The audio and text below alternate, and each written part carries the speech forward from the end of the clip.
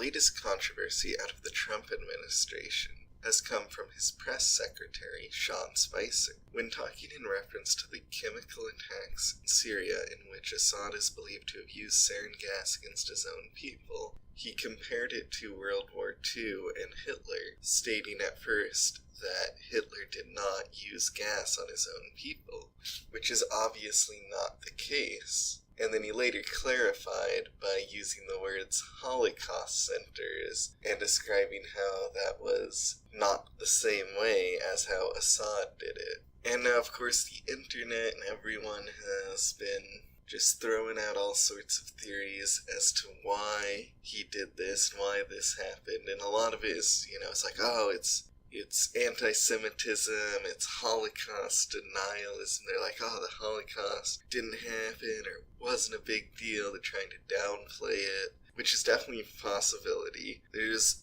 also a lot of people out there that are like, hey, this isn't about the Holocaust or anti-Semitism per se. It's a smokescreen. It's a distraction. Because when Sean Spicer is saying all this crazy shit, that becomes the news cycle. That's what everyone's talking about. Instead of talking about the actual strike in Syria or any of the other problems with the Trump administration, the allegations with corruption from Russia in terms of the hacking of the election, or Trump and his business ties, how he made a bunch of money off of the Syria strike because he owns Raytheon stock, and how he's always going to Mar-a-Lago, and all these other things. And that's also definitely a possibility. In fact, seems very likely. But there's a third branch of this, which is that Sean Spicer is just an idiot. And that he's coming into this,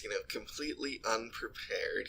Obviously he was going to get tons of questions about the sarin gas attack. That's like pretty basic stuff. Everyone should know, if another country launches a chemical attack on their own people and then you respond by firing 59 Tomahawk missiles at one of their air bases, that's what the press is going to focus all of their questions on, is those issues. And you should have thought ahead of time of exactly what you're going to say to that. And so making these mistakes where you're comparing it to Hitler and the Holocaust, and then sort of backpedaling later and it was like, oh wait, I guess Hitler kind of did use gas. Whoops.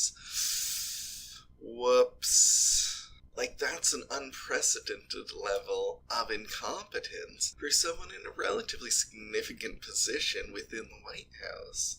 And obviously one of the things that has plagued Trump this entire time is that he has no political experience or military experience, and even his business experience it's all from a private business, so it's hard to really get an outside look and see, like, was he actually that good of a businessman? Because he's not working for publicly traded companies that are required to release lots of records, and he hasn't released his tax returns, so you don't know really what his financial status is.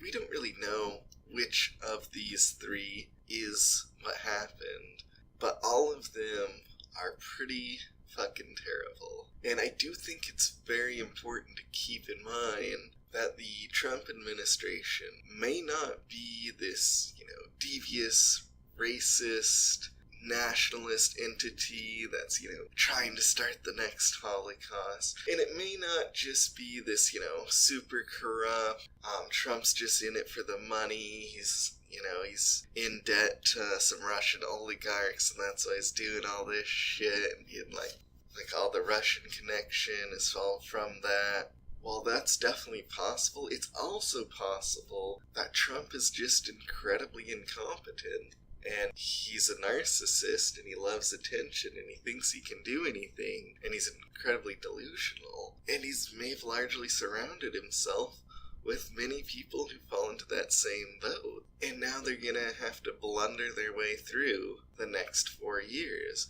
And that can be just as dangerous as the first two.